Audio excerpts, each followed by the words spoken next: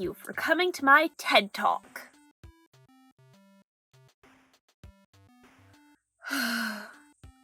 If only it was that simple.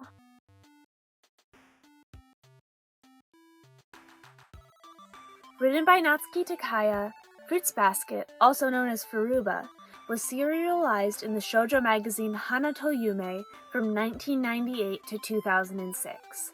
It spawned 2 anime, an unfinished iteration in 2001 and a more faithful adaptation in 2019, and has, at times, been one of the most popular manga in both Japan and the US. It follows a kind orphan girl, Toru Honda, who ends up living with and befriending the mysterious Soma clan, some of whom are cursed with spirits from the Chinese zodiac story, which cause them to turn into animals when weak or hugged by members of the opposite sex. It soon becomes apparent that this premise was just the marketable way for the author to write a story about cycles of abuse. But this video is not here to talk about Fruits Basket as a whole. If you are new to this series or have only seen the 2001 anime, discretion is advised, as I will be going into spoiler territory and will not be explaining the story in much depth beyond what is relevant to today's topic, though I absolutely sympathize with the desire to watch a long video essay about something you know jack all about. Additionally, I am using the manga as my main source as opposed to either anime, as I believe it to be the most complete version of the story. So, Fruits Basket is a bit, well, fruity. Except for that it is also painfully heterosexual. Sometimes referred to as a straight manga for gay people, Fruits Basket, as is true for many other manga and anime from the late 90s to early aughts, has a complicated relationship with queerness. Furuba has a not insignificant amount of characters that are coded as or even stated to be queer, and its themes of trauma, acceptance, being an outsider, and breaking free from toxic traditional systems are ones that are very resonant with an LGBT audience. But Furuba is no beacon of representation, often treating these characters' queer traits as jokes, something to grow out of, or outright villainous. Particularly in the final act, where almost every character is shuffled off into a heterosexual, gender-conforming life in a way that I feel often betrays some of the series' core themes. For myself, and others that grew up with it, Fruits Basket was one of the first pieces of media that we could see ourselves in and try to use to navigate our identity, even if we had to read between the lines. Imperfect as it is, Furuba was important to some queer people, and that is worth something, and it is worth looking at. So, that is what I am here to do. To look at Fruits Basket, how it is queer, how it often fails its LGBT audience, and the beautiful, messy nuance of loving imperfect formative media.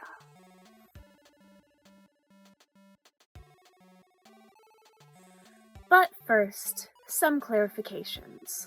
The first of which is that I love Fruits Basket. It has been a special interest of mine for 8 years now, and I truly believe it is one of the greatest pieces of media in existence. Though I will try to balance it out, I will be rather critical at times of Furuba in this video. But, and this is something that I feel like can be hard for people to actualize on the internet nowadays, criticizing Furuba, even about a touchy topic, does not mean that I hate it or think that it's bad. In art, criticism can be just as much an act of love as an act of hate. Something you do because you see something you think is great can be better and dearly want it to reach its full potential. That is what I'm trying to do.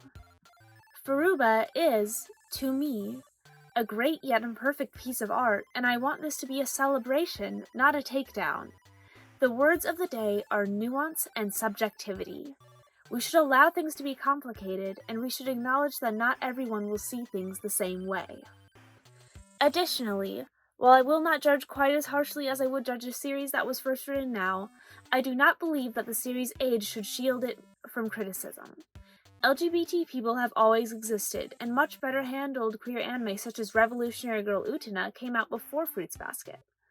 As stated before, I'm not addressing these things to, cancel Furuba or Natsuki Takaya, and the fact that these problems appear in a lot of other series of the time does not make them not problems. So, queer coding.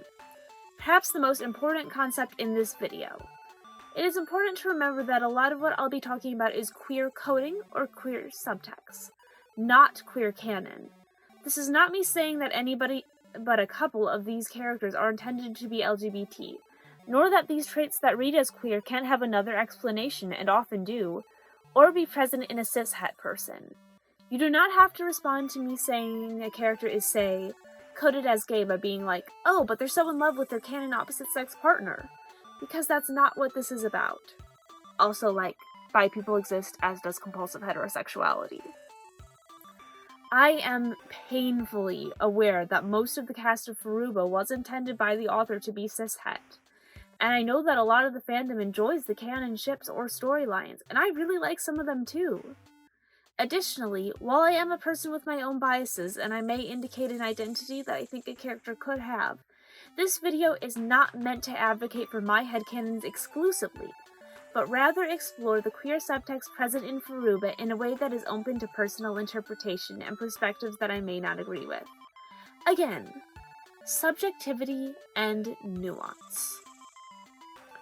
Queer coding is when a character, whether intentionally or unintentionally, for good or ill, or somewhere in between, displays traits that are often associated with queerness.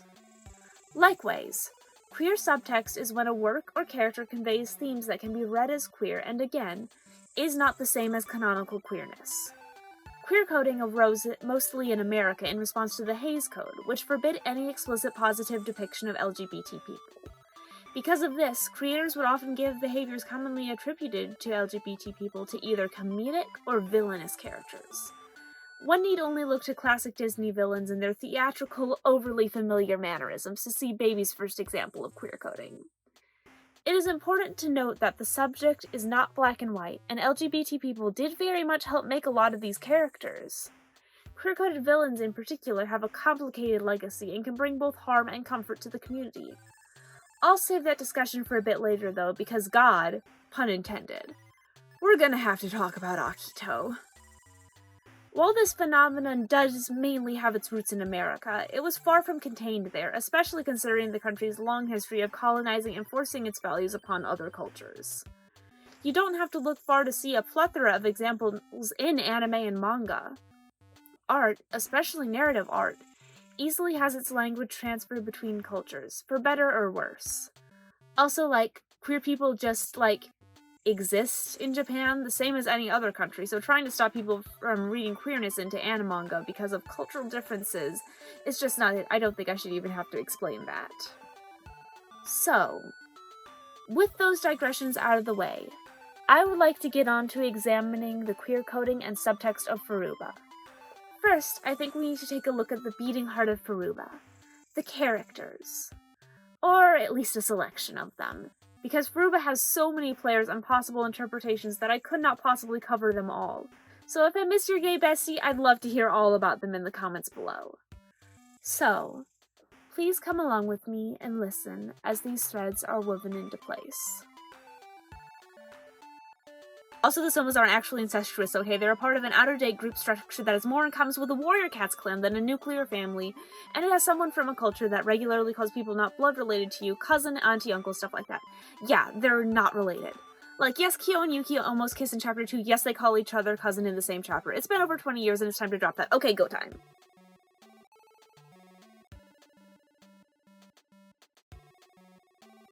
First off for characters is Hatsuharu Soma, the bi-color bisexual, because he's a cow. This is a character whose identity I feel like is canonical. Decked out in leather and jewelry, Haru doesn't get past his official introductory chapter before making suggestive comments about both men and women. And he's quick to state that Yuki was his first love, though he's into Kyo too. But it wasn't always this way.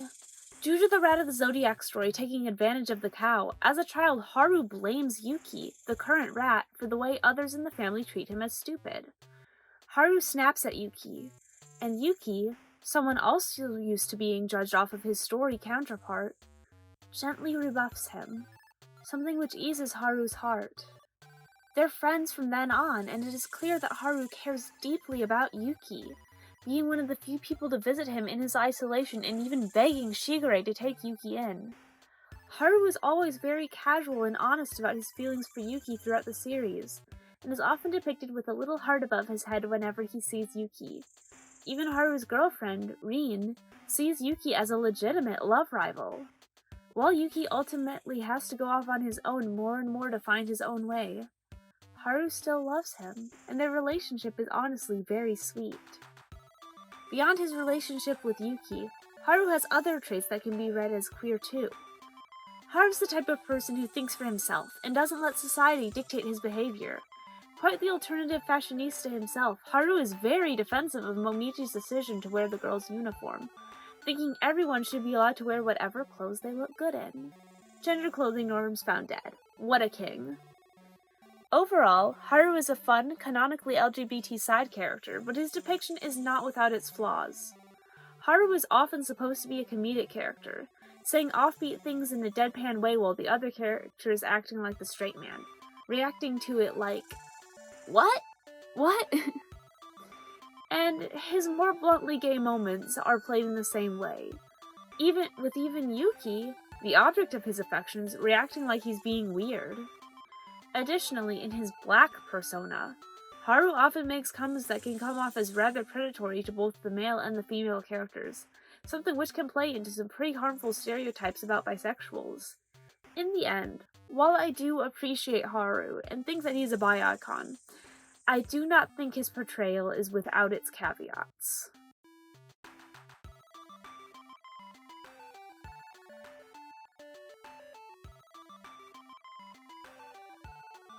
Yuki, your brother looks GNC AF. The flamboyant older brother of Yuki, Ayame Soma, is perhaps the most ridiculously fruity character in all of Furuba. To Ayame, camp is a personality trait, and he is nothing if not dramatic and confident.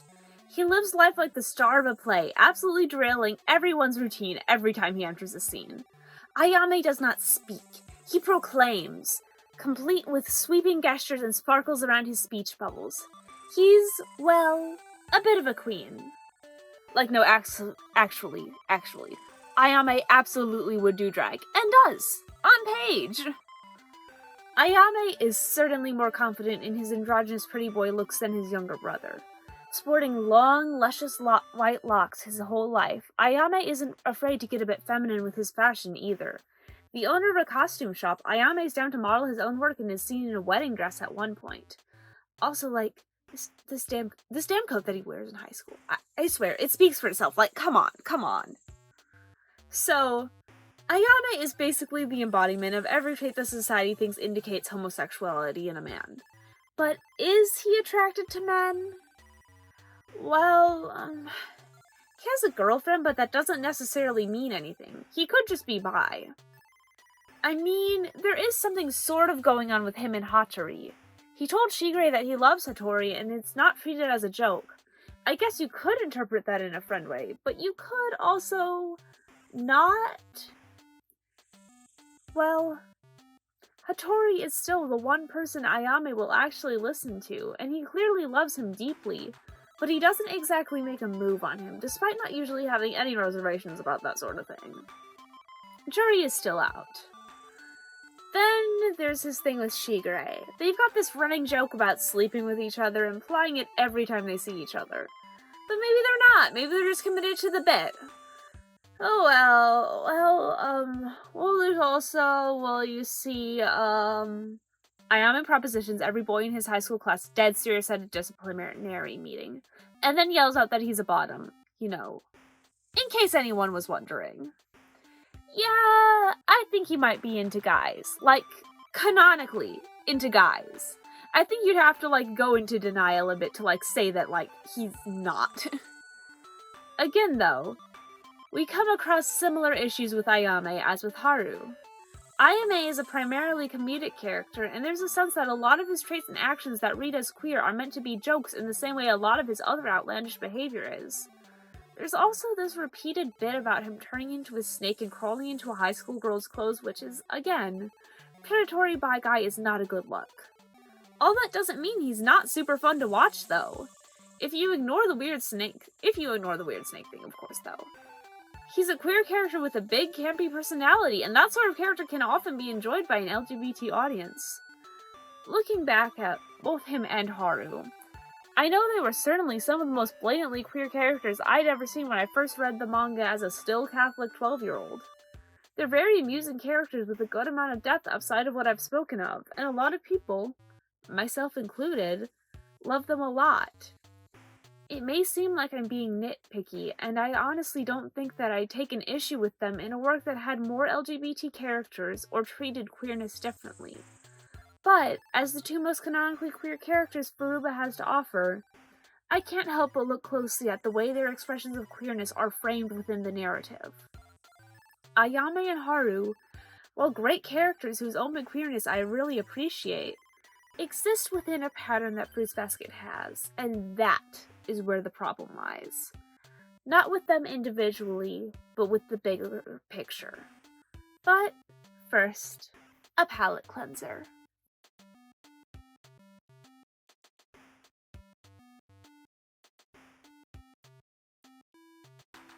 Toru Honda, because all female shoujo protagonists are bisexual, except for when they're lesbians. While far from an audience insert character, Toru is still sometimes a proxy for any outsiders, which could be the audience's, reaction to meeting the odd and attractive Soma family. So, basically she thinks they're all hot. Including the girls. Okay, maybe especially the girls. While Toru is blushing and calling Kagura cute as early as Volume 1, and her friendships with Ua and Hana are going to need their whole own sections later, I think the clearest example of Toru living up to the name of her series comes when she interacts with Rin Soma, the horse Zodiac. The first time Toru meets Rin, she is butt naked in the woods after changing out of her horse form, an image that is shown from Toru's perspective and takes up the whole page. Then Toru freaks out, blushing and scrambling to find her clothes for Rin. She remarks that she doesn't think her clothes will fit Rin, though, calling her a voluptuous beauty. Toru, sweetie. While not as intense due to Rin actually wearing clothes, Toru reacts similarly pretty much every time she sees Rin going forward.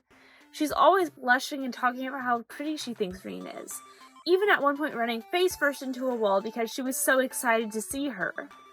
Rin also brings out a side in Toru that not many others can. Toru relates to Rin on a more personal level than a lot of her other friends, so she's far more open and assertive with her, and even wants to team up with her to break the curse, a goal she doesn't like talking about that much. And Toru is special to Rin too. She wants comfort from Toru so bad that the usually stubborn and independent girl breaks down in her arms. Toru is perhaps Rin's first friend besides Haru, and she can see past Toru's cheery front to empathize with the pain she must be going through. Rin also blushes around Toru a lot, and Kyo considers her a love rival, so anyways, I rest my case. Even beyond her potentially having crushes on girls, though, the place Toru occupies within the narrative could be considered thematically queer. Boiled down to the basics, Toru is an outsider that finds a home within a found family that she gains through love and acceptance.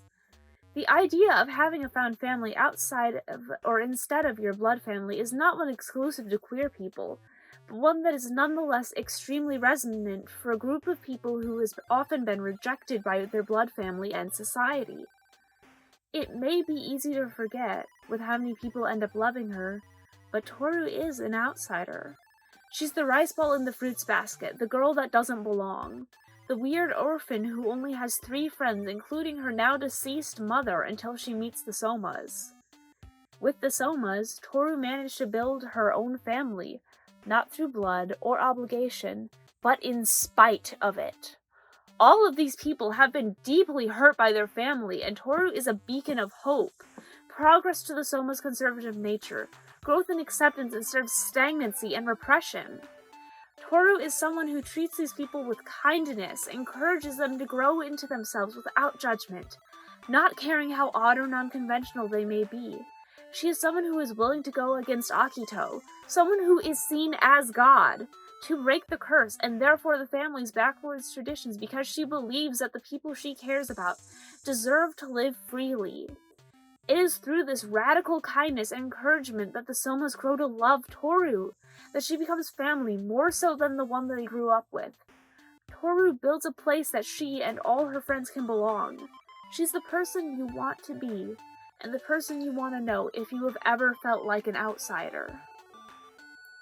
So, Toru's a bit gay, right? For girls, thematically. But there's one more thing I want to talk about with her.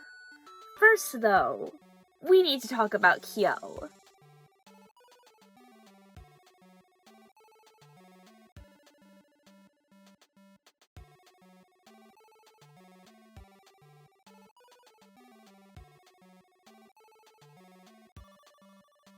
Yeah. Stories about people that turn into monsters are often rife with queer subtext. For a group of people who have historically been seen as monsters, there can be something extremely relatable about characters that have a secret monstrous side they must hide from society. This could be true for all of the cursed Somas, but Kyo is on a level all his own as someone that has not one, but 2 transformations. Think of it like this. You are someone with a secret hidden side that you cannot help, but are seen as a monster for nonetheless. You come from a very traditional family that treats you horribly for being a monster, and you wish you could just stop being a monster so you can join the family properly. But, no matter how much you wish not to be a monster, you are. And those that tell you you can do something to lose your monster status are just giving you an impossible task. This is Kyo's life. I think it's interesting to look at queer subtext with Kyo first, in the context of his relationship with Yuki. While I will go over Yuki more in his own section, believe me, for now I will just say that Yuki's relationship with Kyo makes a lot of sense if you look at him as someone who is able to remain closeted in a way that Kyo cannot. Even if Yuki was struggling internally, his high status and image as a perfect prince gives him a safety that Kyo cannot have, and Kyo resents him for it. In return, Yuki resents Kyo for the perceived freedom he has as an outsider, as someone that doesn't have to keep up appearances because he's already seen as a monster but attracts people to him anyways through his genuine charisma. These two have both been deeply hurt in one way or another by the Soma institution, but instead of seeing this, they just resent each other for having the things that they lack. They hate each other, and they want to be each other, and it can all get a bit homoerotic. I need you to consider that in the second chapter of the manga they get so close to each other's faces during a fight that it looks like they are about to kiss. These two are obsessed with each other and constantly in one another's business all the time. They're described at one point as acting like an old married couple, and sure do hang out a lot for two people who supposedly hate each other. It's all a bit,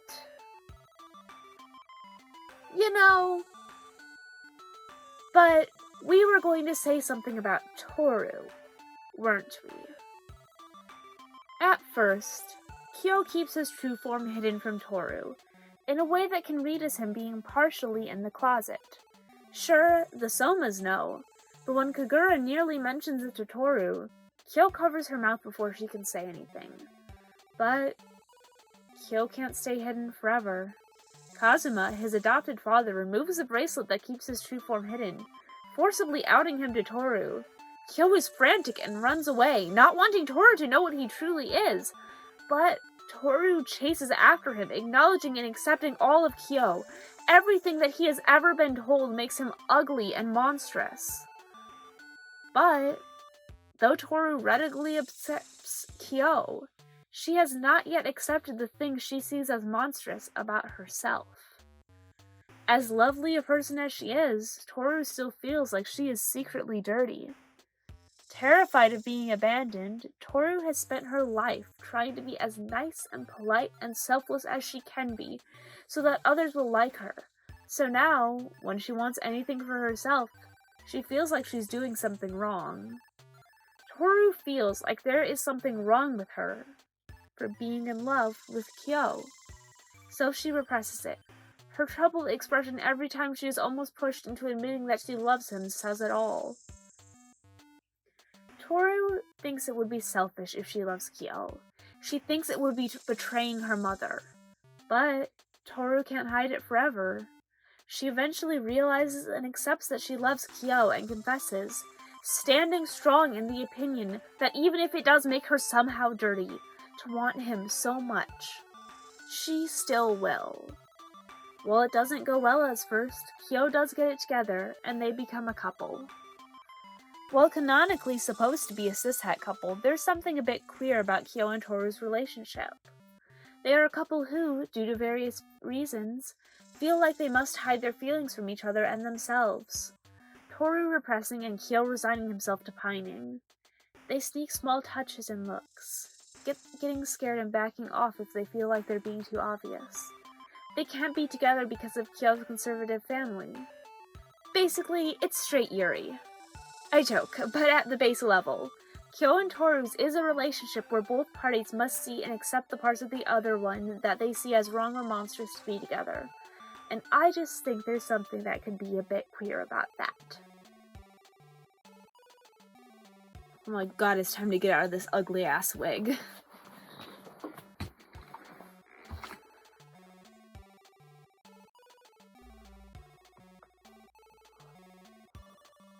Yuki time.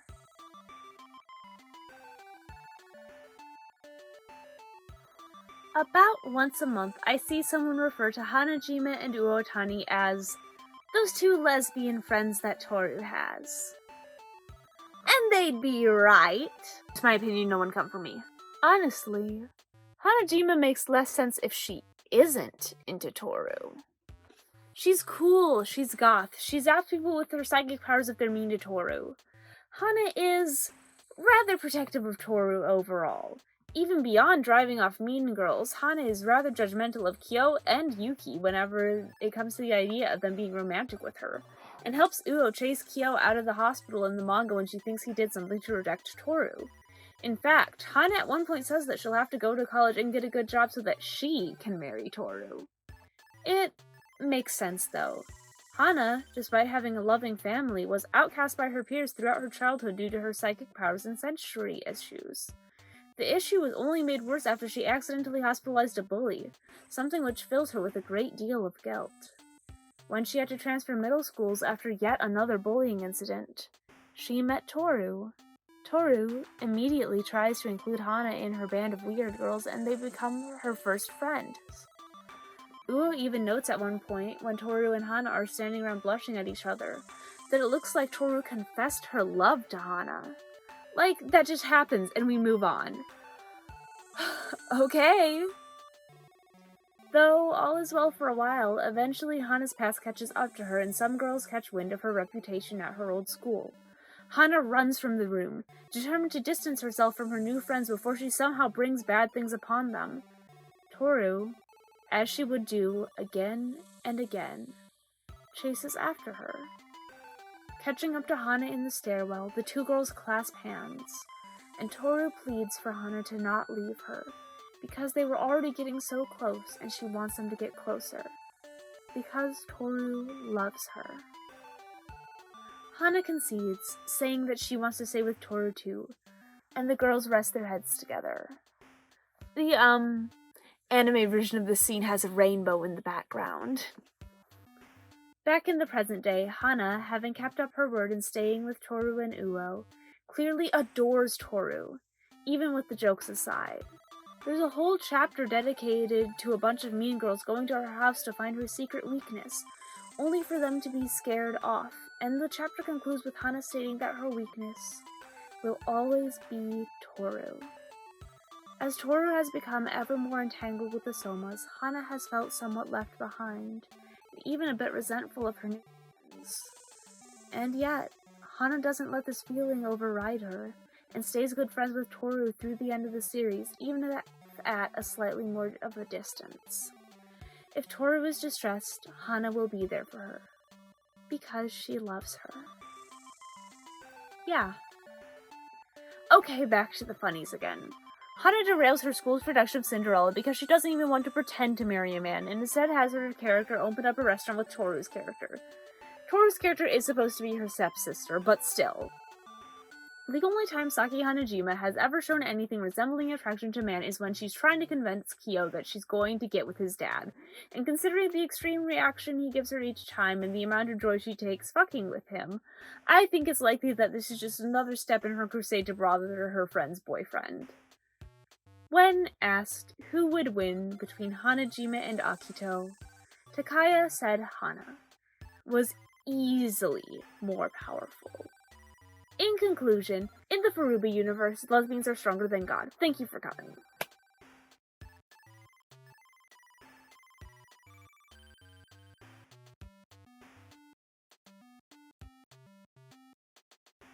Arisa Uotani, much like Hana, really just has lesbian vibes.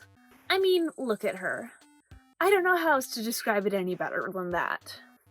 Much like Hana, Toru was Uo's first friend, someone who compelled her to better her life and leave the gang she was in so she'd feel good about her being friends with her. Toru helped her get out of a dark place and can always make her smile. Toru love, according to her. Much like Hana, Uo is almost always hanging around Toru at school and being protective of her and clearly loves her a lot. In fact, Uo loves Toru so much that she falls in love with a man 9 years older than her that she meets twice because he reminds her of Toru. Uotani and Kareno meet when he drops a stack of chips on the ground while bowing to her, something very similar to what Toru did when they first met. After this, they go on one tumultuous date, even though Kareno knows Uotani is 17 and in high school. This is enough to have Uo pining after him for the rest of the series, and she constantly brings up how much Kareno's clumsy airheadedness reminds her of Toru. The main point of me bringing this up was to point out how this can read as Uo projecting potential romantic feelings for Toru onto a man to avoid acknowledging them, but also, yeah. Fruits Basket is a manga that would rather pair a high schooler with a 26-year-old man that she doesn't even know than have feelings, even unrequited ones, for her same-aged friend. It leaves a bad taste in my mouth. That's all I have to say.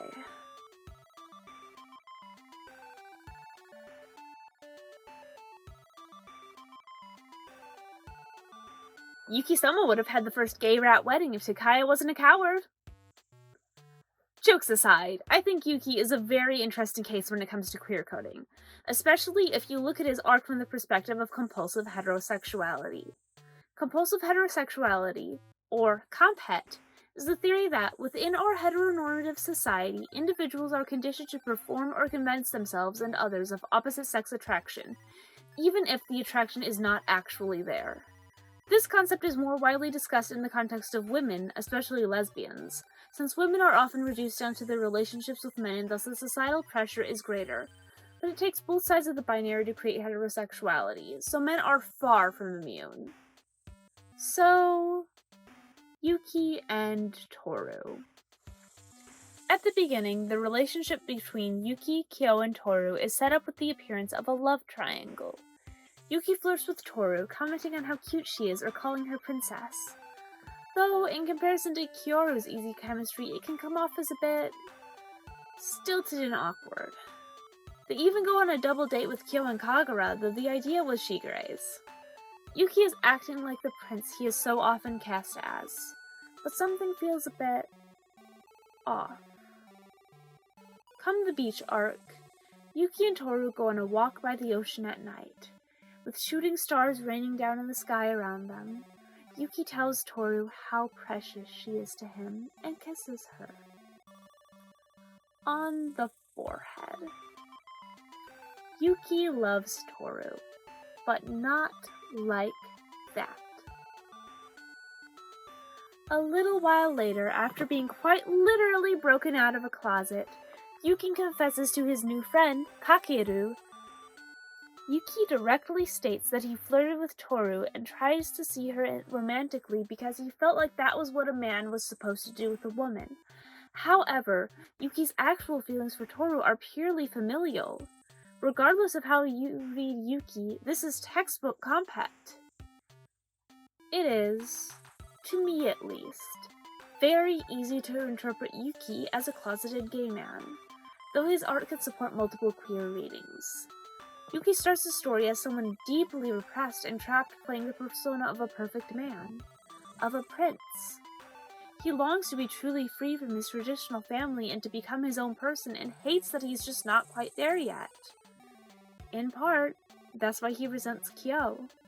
If we go back to the idea of Kyo as someone who is not closeted to his family and estranged for it, Yuki is the other side of that coin, the closeted golden child. He longs for the freedom of being an outsider but can't bring himself to leave the safety of his current position behind just yet. Then Yuki gets his own found family. While Toru and the Somas are one big found family, the student council is a found family that Yuki can have all to himself. They're weird and obnoxious, but Yuki can finally come into his own when he distances himself more from his family and gets to lead his own group of misfits. I think it is particularly telling that the person Yuki tells about his struggle with Compet is Kakeru. Kakeru, much like Yuki, was born into a traditional family that had certain expectations of him, but unlike Yuki, he rejected those expectations a long time ago. Kakeru is rowdy and outgoing and disruptive, while Yuki keeps up an extremely polite front even when he feels it is fake. Kakeru is comfortable in his masculinity, where Yuki is deeply insecure, wearing nail polish and earrings like it's no big deal. He even shows attraction to other men, commenting on how pretty Yuki is and calls Kyo a hottie. Kyo is, in many ways, what Yuki wishes he could be, and it is through Yuki's relationship with Kakeru that he becomes a lot more open and comfortable. Kakeru is the first person that Yuki doesn't feel obligated to put on a persona for. He makes no attempt to be polite to Kakeru and is okay letting loose and being a bit rowdy and mean. He starts dressing differently, and as Takaya points out, he cuts his nails. All in all, I think it's rather easy to interpret Yuki's arc as queer. He's someone who plays the persona of an idealized male figure but resents that he has to hide himself and wants to break free from his traditional family. He's someone who tries to be attracted to his female best friend because he feels like that's what's expected of him even though he doesn't truly like her that way. He's someone who is, in the end, able to come out of the closet, so to say, with the help of someone who's able to be open in the ways that Yuki wants to be. But is Yuki gay? Well, not canonically at least, because if there's one thing Takaya likes, it's everything being tied up in a straight little bow. Yuki ends up getting together with Kakeru's sister, Machi, and don't get me wrong, they have a sweet relationship. But I just can't help but think about what could have been. Now on to some characters of a bit more of the gender variety. Gender in Furuba is interesting, right? There's a running theme of androgynous characters, especially men, in the Soma family. Of course, they're all pretty boys, but some, like Yuki, are remarked to be so feminine that they could be mistaken for girls, and others, like Ayame, are comfortable enough playing around with gender that they're willing to wear traditionally feminine clothing. So, on one side, you've got this fun, widespread androgyny with a lot of the cast. On the other, you have a curse that very strictly divides characters into two gender categories. It's a bit of a weird contrast. However, there are a few characters in specific that I think we can look at in regards to queer gender subtext. So, how are they treated? Well,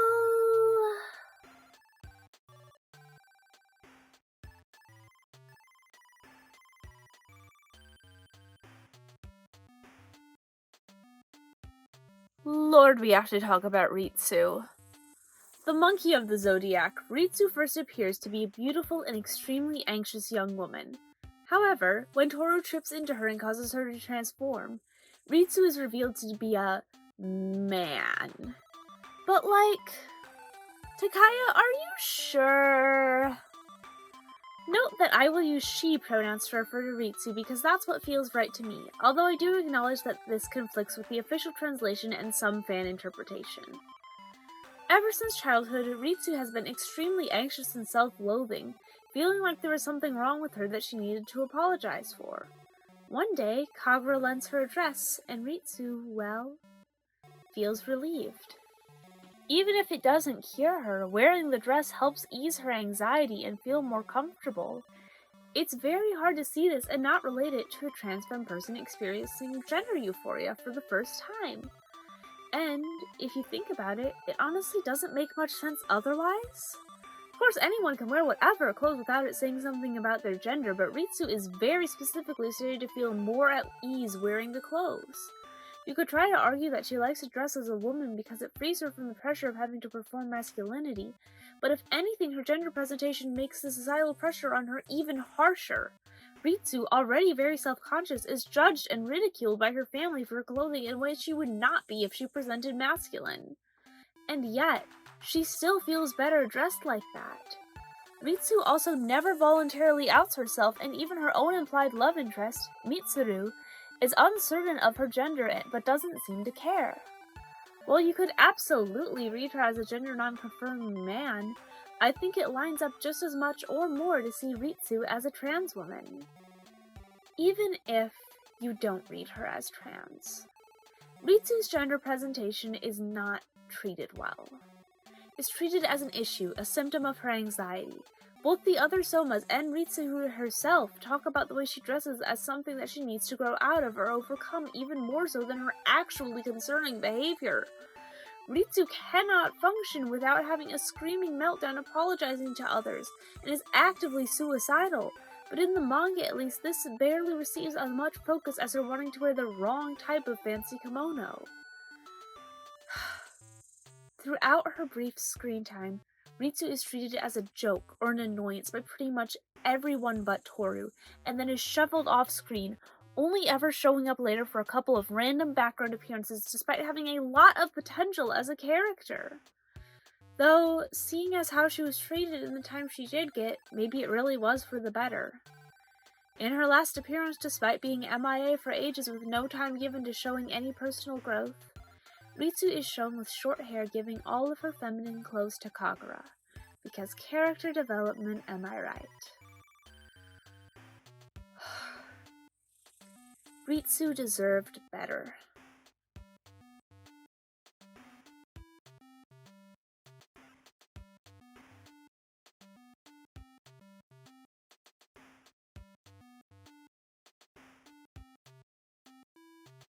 For a bit of a lighter example, we have Momiji. Momiji is the designated cute one of the high school group, often acting childish for fun despite actually being surprisingly emotionally mature and intelligent. He is definitely one of the more androgynous Soma boys and looks younger than most of his peers since he doesn't hit his growth spurt until towards the end of the series. Momiji is a character for whom many aspects of their identity are hard to pin down upon first meeting. Age, gender, and even nationality. Momiji is one of the only members of the cast who is mixed race, and he speaks some German to feel closer to his estranged German mother. He is a character who plays in ambiguity. So, Momiji is a bit gender. While none of his normal wardrobe is strictly feminine, Momiji often dresses cutesy in a way that is sort of androgynous. However, I think the best and most iconic example of Momiji playing around with gender presentation is in his school uniform. Because, unlike the other boys, Momiji wears the girls' school uniform. Something which provokes a bit of a mixed reaction on his first day of high school. Kyo immediately flips out on him for drawing too much attention to himself, while the student council president before Yuki, Takai, is upset and wants to take action against him. Momiji protests, saying that he should be allowed to wear the girls' school uniform because it looks cuter on him. Hatsuharu backs him up, going on a tirade about how dressing conventionally doesn't make someone good and people should get to wear whatever looks good on them. After an incident, the president backs down and Momiji is permitted to wear the uniform. For a time at least. Regardless of if you want to read him as genderqueer or just a gender non-conforming boy, it's refreshing to see Momiji be defended by his friends and allowed to safely present as he wants. And this is not presented as a running joke or anything. After the initial confrontation, Momiji is just allowed to exist. But this doesn't exactly last. One thing I left out about Haru's argument to support Momiji is this. The idea that it should be permitted for Momiji to dress androgynously when it looks cute on him now, but he will someday start to look older and start dressing more masculine to suit that. And he does. In the last third of the story, Momiji hits a sudden growth spurt and wears the boys' school uniform for the rest of the series. While this is nowhere near as concerning to me as Ritsu's handling, it is the same general idea again. Deviation from presenting as your assigned gender presentation at birth is something to grow out of. Non-conformity is okay, as long as you eventually get back in your box like you're supposed to.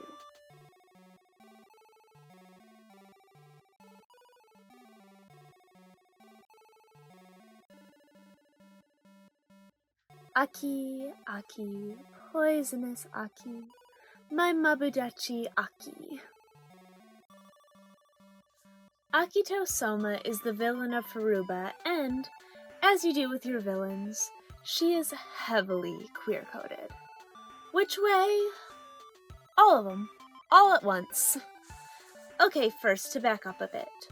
Akito is the head of the Soma family who is, at first, introduced to us as a man, but is then revealed 2/3 of the way into the story to be a woman who was raised as a man because of both her high position in a very traditional family and her abusive mother.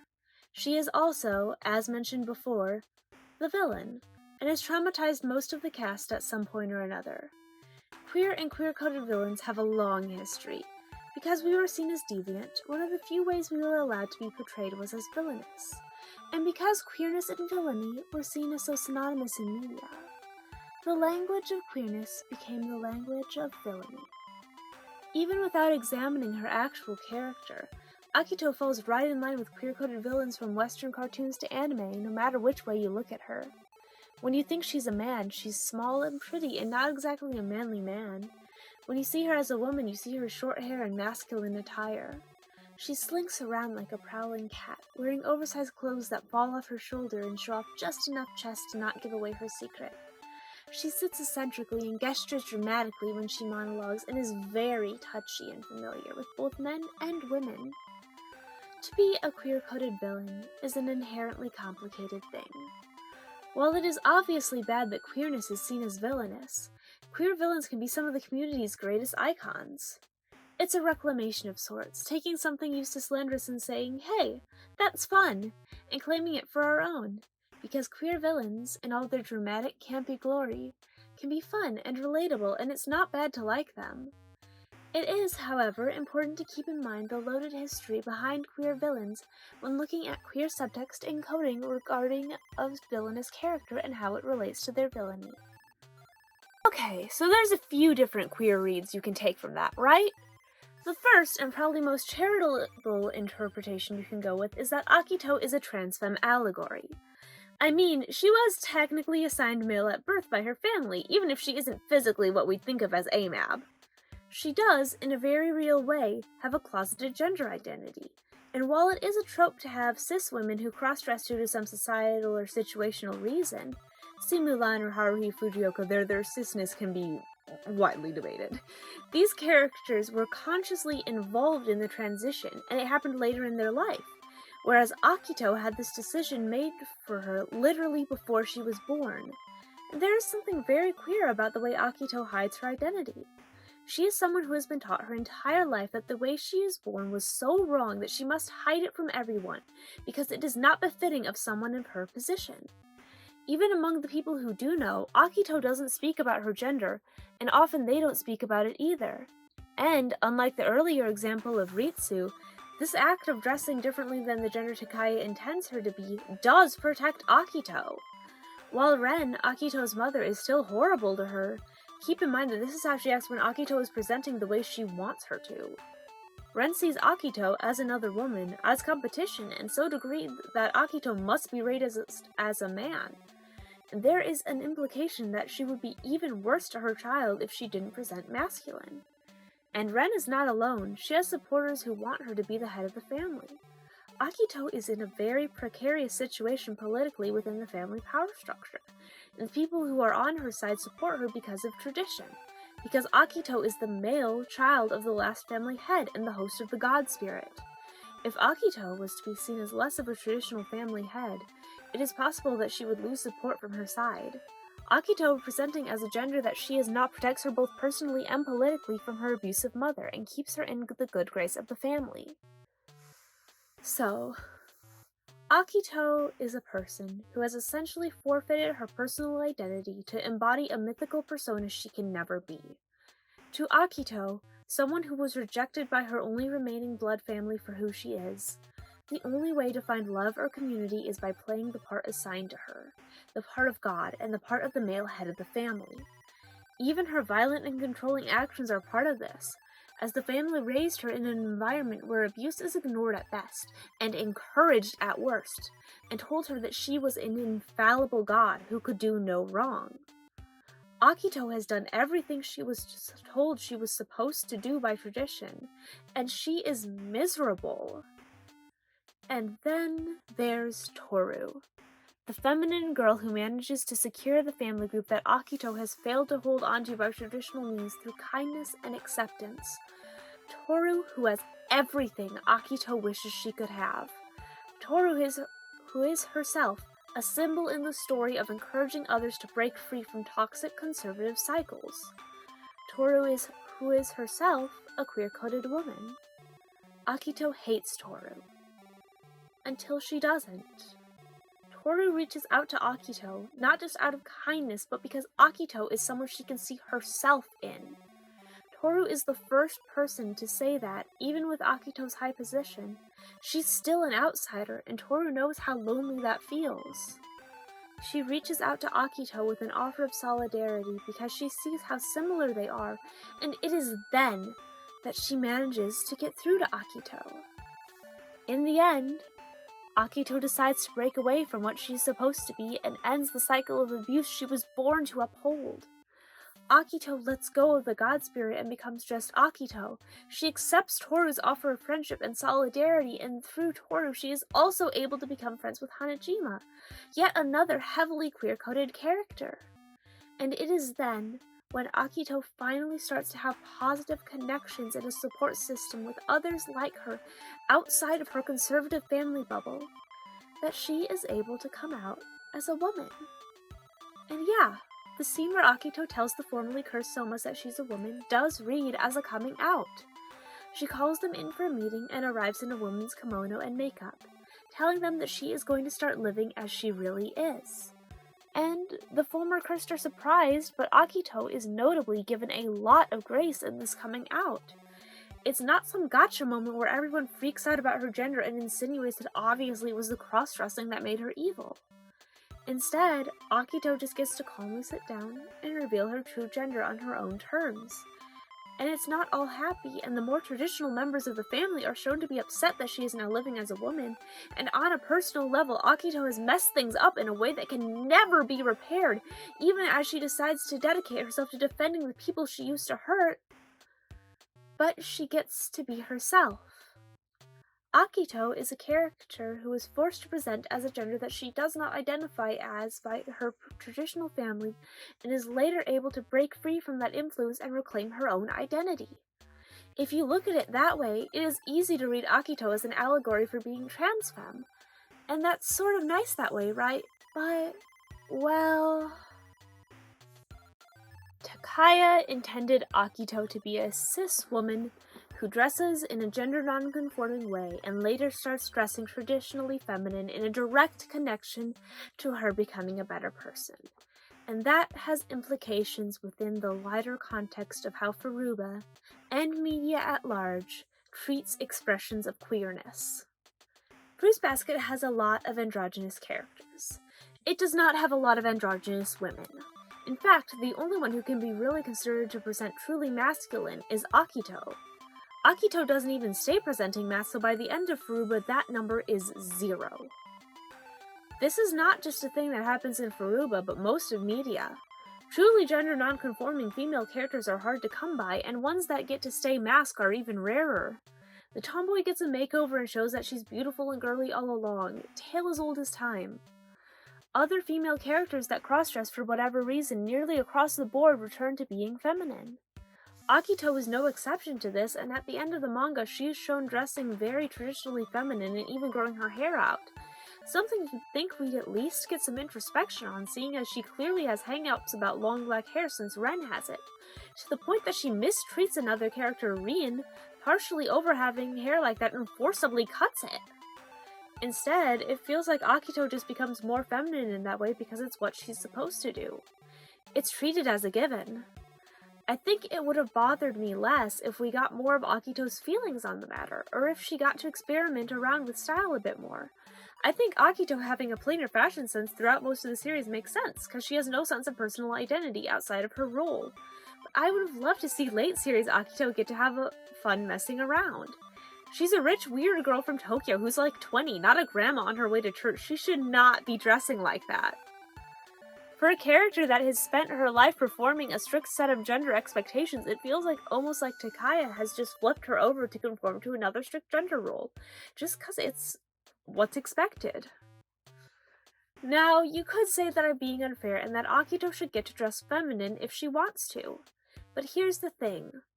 Akito is not an autonomous person, but a character that exists within the context of the story she's in and the wider canon of media written by an author with her own personal biases. And do note that, even within the series, Akito never clearly shows discomfort with the way that she dresses. Even going back to reading her as a potential trans femme allegory, trans people do not need to be gender non-conforming, and many are not gender conforming.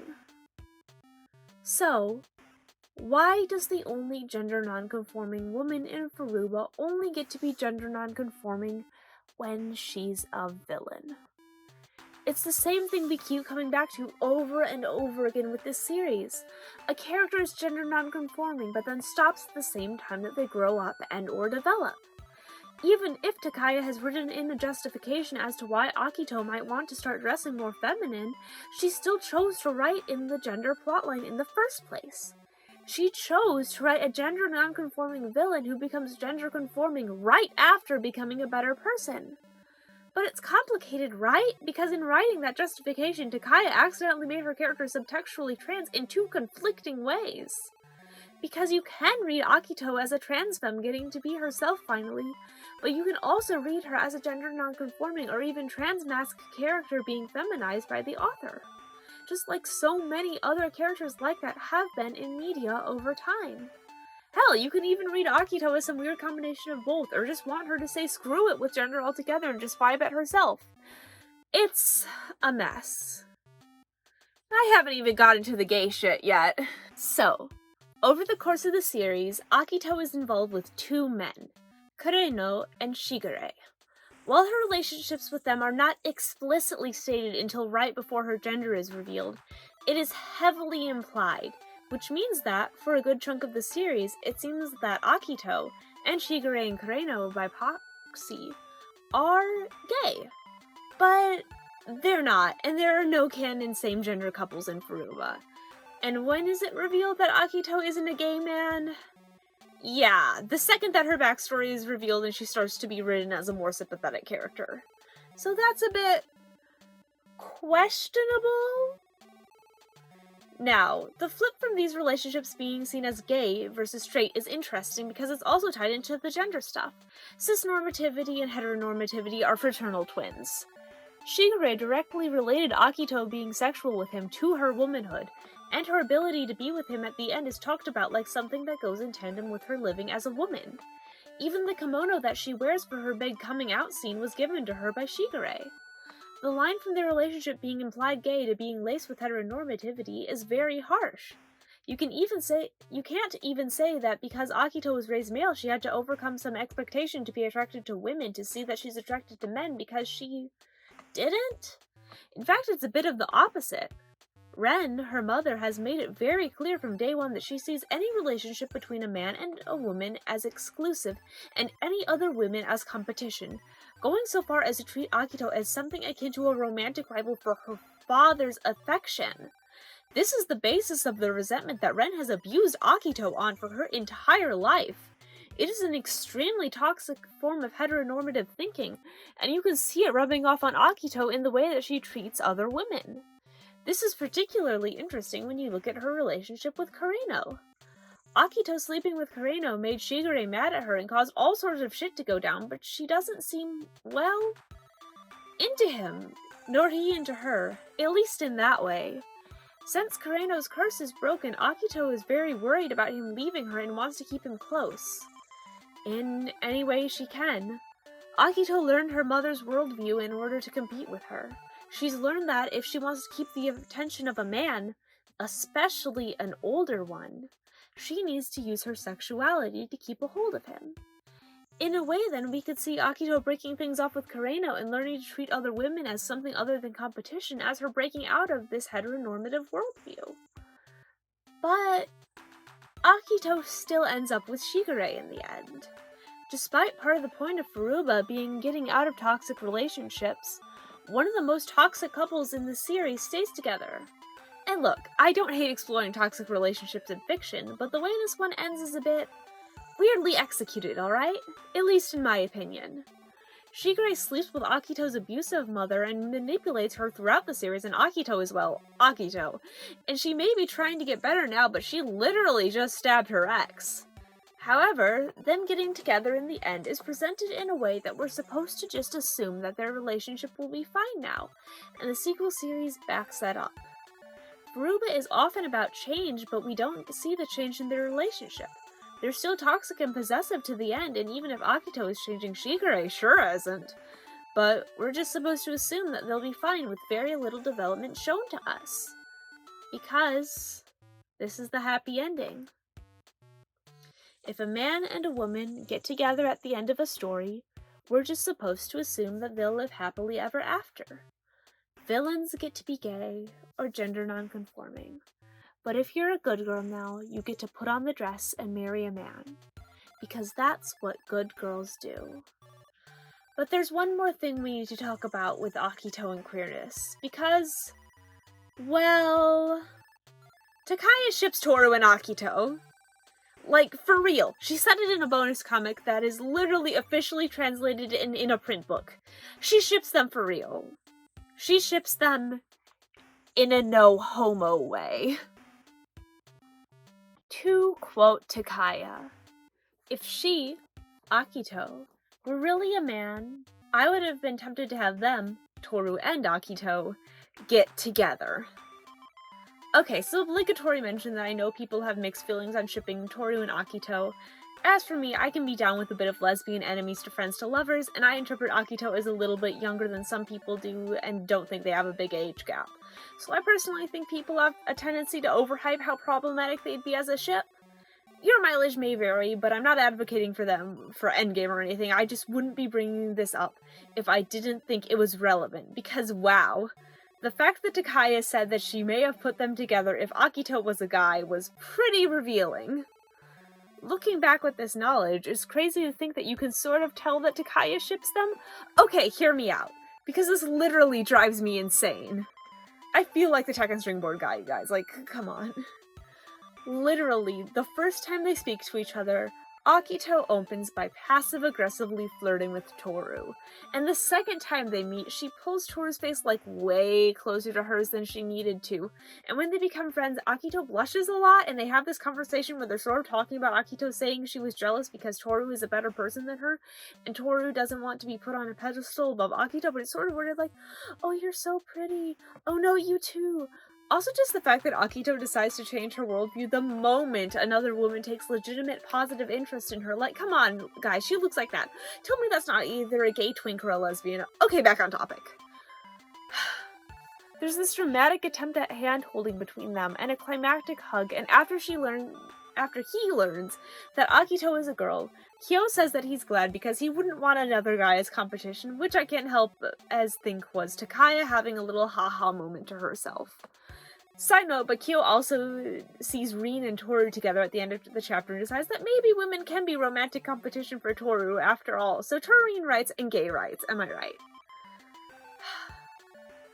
There's also this weirdly fruity promo art that Takaya drew for a cafe collab a few years back that has Toru and Akito, like, on a date feeding each other their themed character drinks, and in the post-canon sequel, Akito literally spends holidays with her girl best friend instead of her husband and kids, so I have my suspicions that Takaya is still at it. All in all, as we draw to the end of the character section, I think it is very telling of Fruits Basket's relationship with queerness as a whole that the author can ship two of her female characters and leave what could be traces of that in the source material, but wouldn't think of making them canon unless one of them was a man. Hello.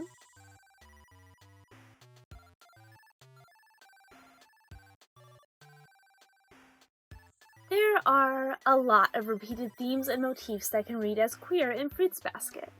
The main two being hidden identity and going against your traditional family to form your own identity and community. For hidden identity, we've already talked about it a bit with Kyo, but it goes for the Zodiac too. The basic setup of the whole story is that this group of people all have a hidden side that they'll be cast out by society for if they don't keep it hidden.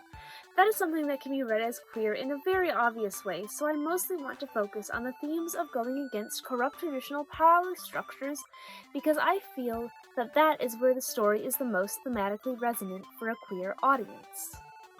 While Akito may act as the villain, the true forces of evil in Fruits Basket are toxic traditions and the abusive systems that weaponize them. It's not just individual people. The way the Soma family operates is broken to its core, and this is especially true for the cursed Somas. Since before they were even born, rules were set in place for who these people are supposed to be, what roles they have to play, and any transgression on that is seen as a threat to the status quo that must be punished. All of the abuse that is inflicted upon them is in the name of the curse, in the name of tradition, because this is just the way that things are in the Soma clan. But just because that's the way things are doesn't mean that's the way they should be, and it's not going to stay that way forever. And that is where Toru comes in. Toru is a beacon of progress and change in comparison to the Soma family. One by one, she meets the Zodiac and learns of their woes, of the ways that they have been hurt, and she accepts them. Toru, an outsider who is so unlike what the Soma clan expects people to be, accepts them without judgment. And with the support of Toru and the other new friends they meet, the Zodiacs start to strive to be their own people instead of what the family wants them to be. Convention and dogma cannot win over love and acceptance, and the curse falls. In real life, backwards, out-of-date beliefs, especially when propped up by our families and the societies we live within, are the biggest source of strife for queer people. We get told that there is a certain way to be because that's just the way that things have been, because God said so. We are told by society that breaking the expectation of who we should be makes us monstrous, or broken, or sinners, and sometimes we are lucky. But often, this bigotry is regurgitated by our own families. So often, queer people are hurt or cast out by our own families because of their twisted ideas of tradition. But they're still our families, right? A bond of blood. A blessing that has become a curse. But there is still hope. There are others outsiders there, people who will love and accept us for who we are. We can find our own families, not bound by blood, but by choice. We can grow and embrace our own identities. We can break free from the curse. While being hurt by backwards traditional beliefs and conservative families and societies are not exclusive to queer people, I hope you can see why this story would resonate so strongly with a queer audience. It's a story about outsiders and found family, about hiding your identity and breaking free from harmful conservative mindsets. It's a story with so many characters who, whether obviously or more subtly, can be read as queer. And while we are much more lucky now, this is a story that came out when queer people had few choices other than looking to coding and subtext to see themselves represented. So, when there's this story that's thematically resonant with a queer audience and full of characters you can read yourself into, there's a good chance that it could end up meaning the world to you. But Fruits Basket is not meant to be a queer narrative, and it's not all good on that front. When going through the characters, there are certain threads that you can start to pick up on how queerness is treated. A character will start the series expressing their gender in a queer way, but will become gender conforming by the end in a way that is tied to them developing as a person. A character will openly state same-sex attraction, but it is framed in a way that is a joke or even seen as creepy by the other characters. Characters can be queer, but it is ultimately something about them that is changed or brushed off. For something so queer, Furuba is, at times, painfully allo and heteronormative. Out of a huge cast, almost all of them are paired off into a neat hetero relationship, regardless of if it makes sense for the character or is well executed. I don't hate romance, and I think Takai is somebody who's exceedingly good at writing it, especially with Kyoru. But when we have to see the characters get paired up like this over and over, it just starts to feel tiring. It feels like it's happening just because it's supposed to. Because the widespread idea of a happy ending is everyone getting heterosexually married and having kids. And despite the fact that there are no same-sex romances, there are multiple predatory ones. Toru's mother married her middle school teacher when she was 15, for crying out loud. In this story, it is seen as more acceptable for young girls to be with adult men than for characters to be gay or aro. Forgive me if I can't help but be a little bit ticked off by that. Ultimately, I think that I'd care less about the way that queerness is treated in Furuba if it didn't go against the message of the series, or if there weren't so many characters that could be read as queer.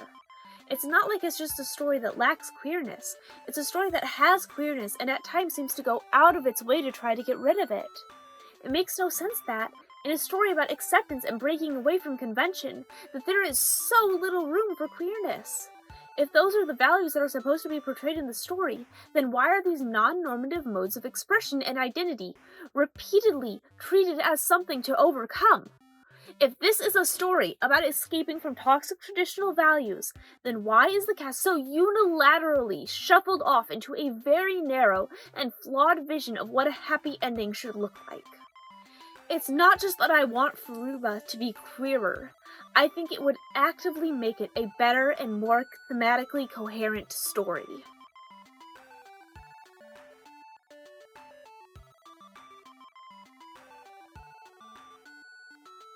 So, why do I care? I first read Furuba when I was 12, Catholic, and still living in a small town in Texas. I didn't know that gay people even existed until a year or two before and had not read or watched much of anything with them in it.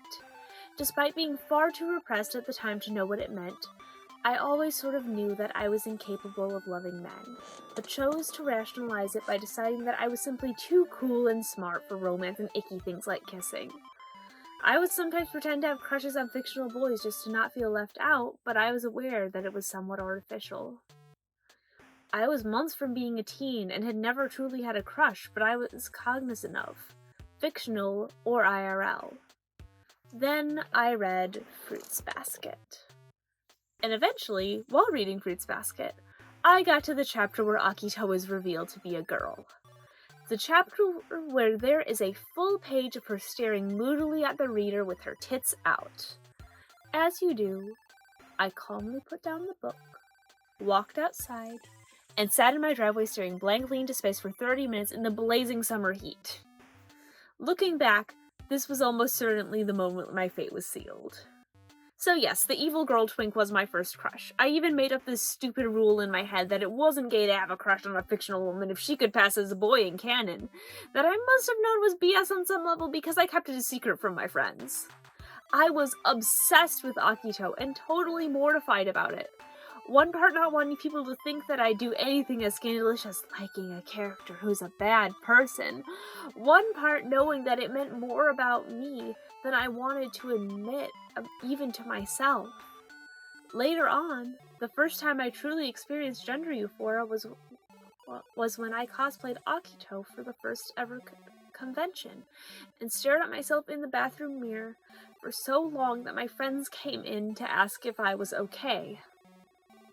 Beyond just Akito, Momiji and his flippant attitude about gendered clothing helped me have my whole "gender is dumb and I don't want it applied to me" awakening in the first place. Yuki helped me realize I had religious trauma, something which is not exclusive to but is still heavily tied to my identity as an indigenous queer person. One of my formative early exposures to femslash was when I was looking at Furuba stuff on Google Images at like 2 a.m. and found a blingy that edited some panels together to make it look like two of the girls were kissing. Suffice to say, it runs deep for me. It's weird, right? The experience of seeing what felt like an explosion of queer rep in my mid-teens but still being able to clearly remember when we had almost nothing. A hint here or there maybe, but nothing explicit. At least not that I'd seen. I still cried every time I saw a cute lesbian couple in something I read or watched until I was 17. When I was a kid and first read the Fruits Basket manga, it was the queerest piece of media I had ever gotten my hands on. So much so that I thought I might get in trouble for reading it. There was Haru's love for Yuki, Ayame's whole deal, the over 10 volumes that I thought Akigure were a gay couple, and so on. I was scared, yes, but also fascinated. So I kept reading, and, without meaning to, Furuba became an invaluable part of me coming into my own as a queer person. For all its flaws, this series is precious to me for the way it helped me realize who I am. Even now, as an adult, Furuba is still giving things to me. I wrote part of this script in the house of my co-writers who are also my own little queer found family. My friends Zoe and Annabelle, who met me and each other through the Furuba fandom and are now engaged. So much of who I am in my community I owe to Furuba. And part of this, so I just can't let it go.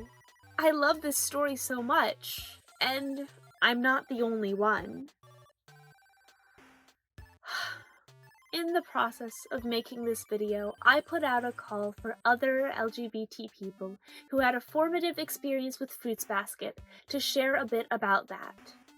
These are their stories. One anonymous contributor said this about their experience. Some characters' development resonated with me so much. Kyo being seen as a monster by people is similar to what I went through growing up queer in a small town. When he finally realized that he wasn't a monster because it was something out of his control, it helped me realize that I wasn't weird either. For Yuki, his character development made me accept that I don't have to follow my family's rules anymore, and shouldn't pretend to be someone else just so I have to hide my real feelings. When he finally understands that he feels for Toru is not romantic is so similar to how queer people, myself included, realize that we've been faking romantic attraction for the opposite gender just to fit in. And seeing Ayame, Haru, and Momiji being so well loved by the family despite being so heavily queer-coded was also a huge step in accepting myself. Now a bit from Safa, who goes by @saber_snails online, about how Furuba is important to him. I read Furuba as to pass the time in college, very recently actually. I do think that if I'd read it younger than that, it would have made me think, oh yeah, all girls blush at each other. Toru by icon. Although I am a lesbian. I think Akito might be the reason I might start using just he, him pronouns. The grace they hold themselves in might be a good enough reason, I'd say. But the struggle of who you think you are versus the image you create of yourself to please others, or the correct self, is something I struggled with a lot growing up, even now I'd say. IDK if that's what she was representing, but I think that's what I got from it. Maybe every character struggles with that now that I think about it, but I think Akito showed it best. I think we should free her from the feminine ending too. But again, I'm fine with her experimenting. I'm just a butch Akito truther. IDK, I didn't realize who I really was until, less than 2 years ago. And I'd come from a really religious family, so the guilt was a real lull. So Furuba was one of the works that made me a bit more comfortable in myself, I'd say. Lux had this to say about her journey with Furuba. I never got to experience the original Furuba, but my best friend did. So, in the middle of the pandemic, we started watching the remake and we both loved it. Fast forward a couple of years. and we don't talk much anymore. And I'm grappling with the fact that I am left with all of these experiences I wanted to share or continue to share with them, and I can't. We hadn't gotten around to finishing the last season of the remake, so I decided to watch through all of it on my own. Somewhere along the line, when I was going through the show again, I started to realize that I had mistaken the kind of love I held for them. A part of me had thought that I held a romantic love towards them, but something in the way Yuki started to explain his feelings towards Toru spoke to me. It wasn't the exact same way I felt about my friend, but it started helping me come to terms with the fact that I might be somewhere on the aromantic spectrum, and the feelings that I held towards them were queer platonic at the most. Of course, it still hurt to finish the series without them after we had started watching it together, but it helped me process a lot of my emotions, even if they were painful to go through. I still grapple with the pain I felt at times, but we're getting closer again, and the joy I feel over that is so much more powerful. Fire said this: "Before I realized I was bi as a wee teen, I was enamored with Reen. She absolutely captivated me in a way that I had never realized. I was enamored with Haru too, though that didn't surprise me. But it was my enrapturement with both of them that was a step to realize that I liked multiple genders. Ayame and Mine were also ways for me to confront and reevaluate my gender in ways I didn't realize were possible until then."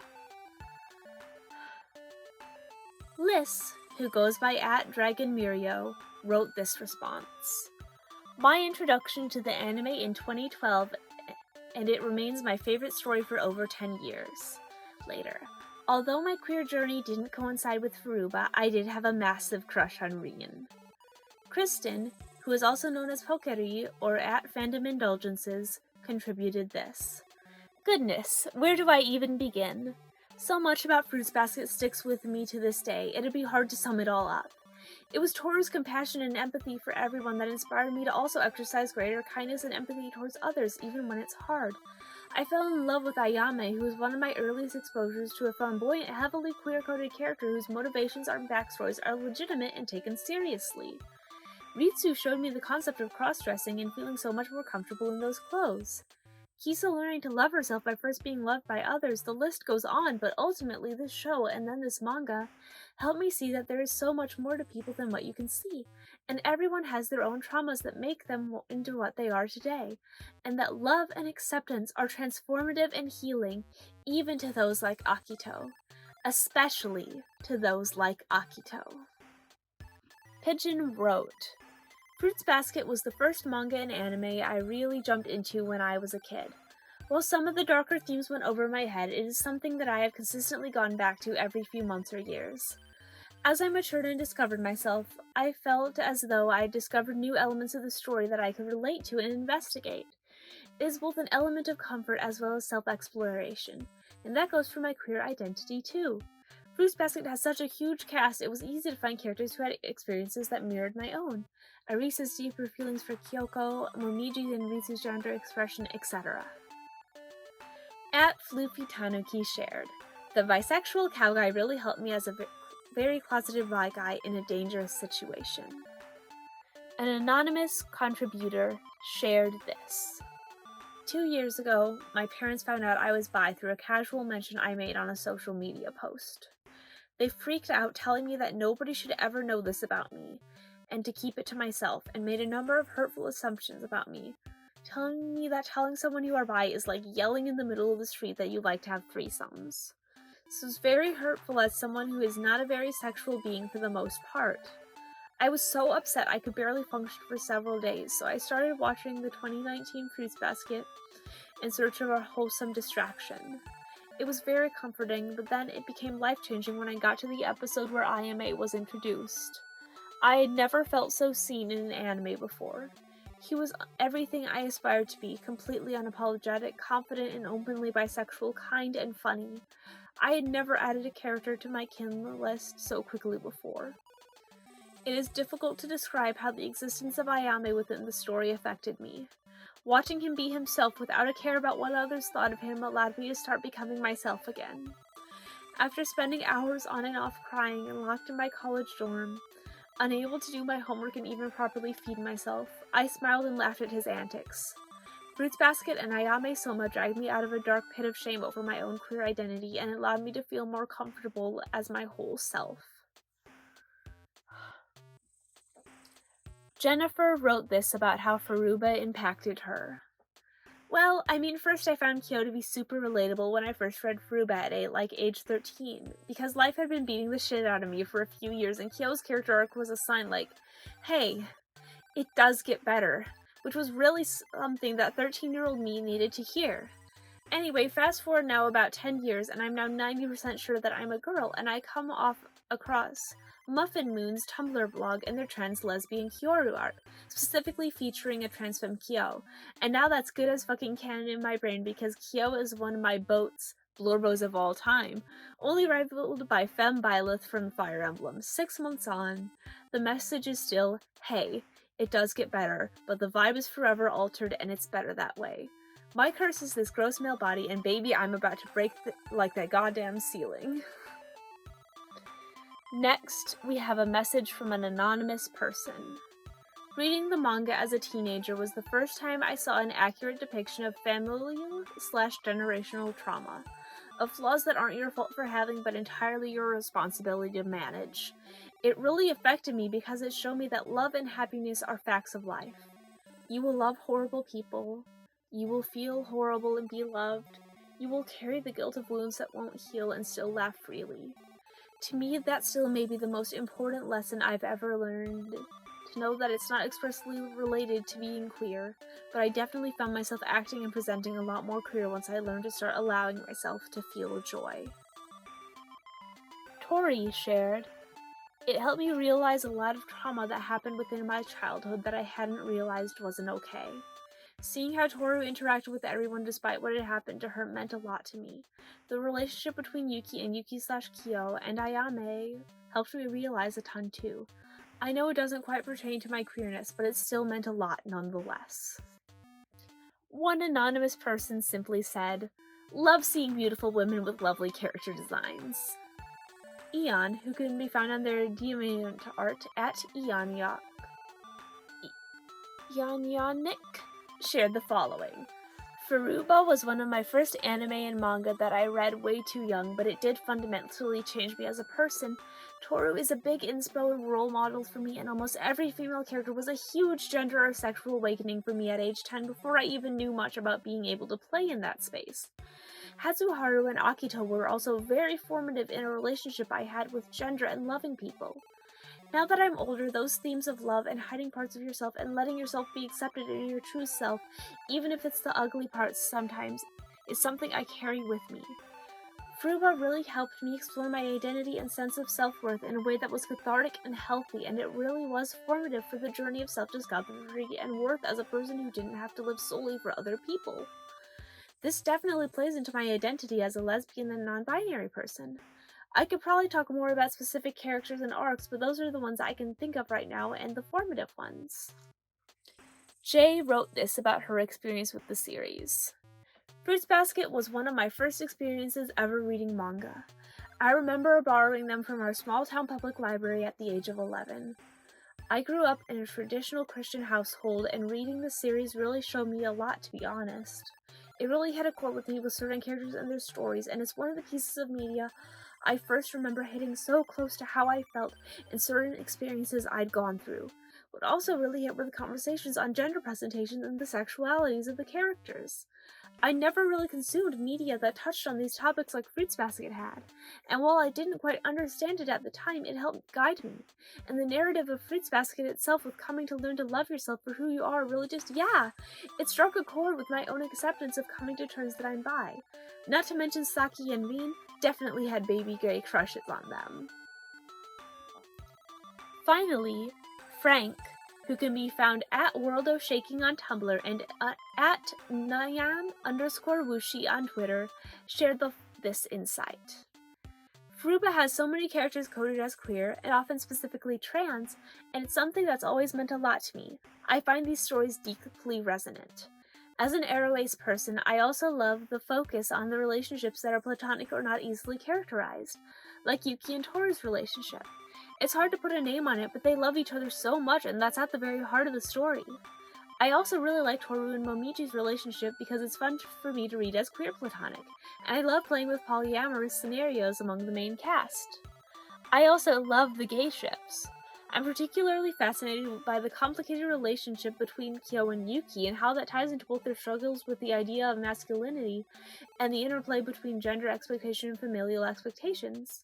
And in parallel to Yuki, Kyo is the relationship between Akito and Toru, with both of them navigating their relationships to the societal expectations placed on them, which are inextricable from the complicated realities of gender.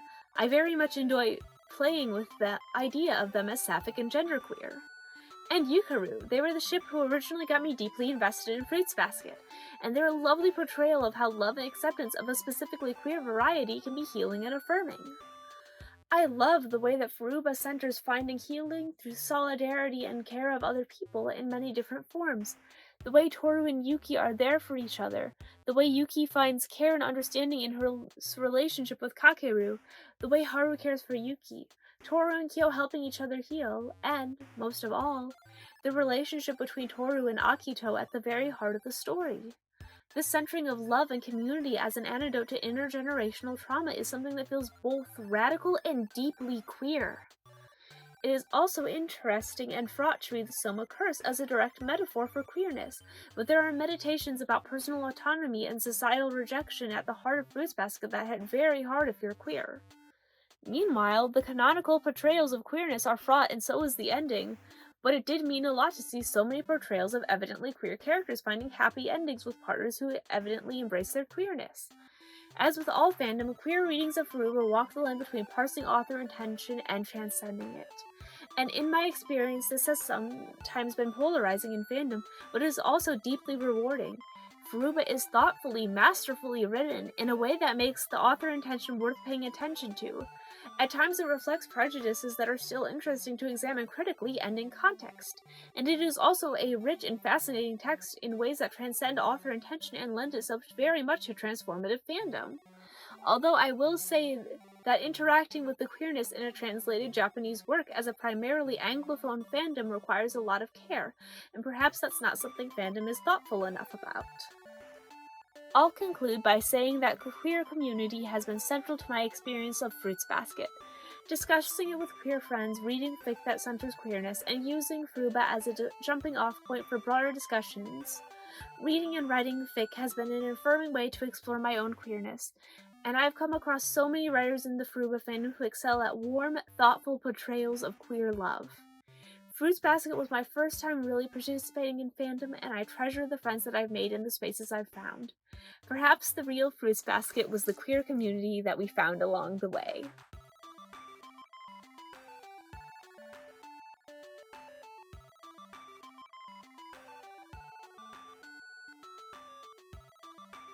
So, what do we make of all of this?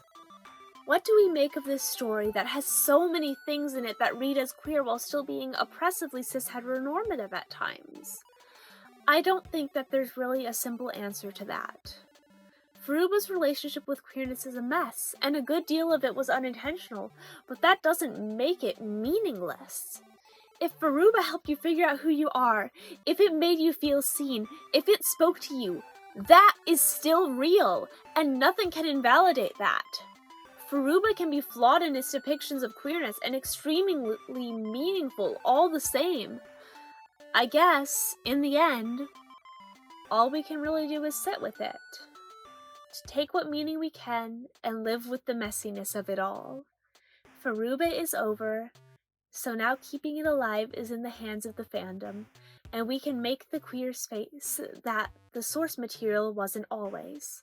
We can share headcanons and analysis, criticisms, and slashfic.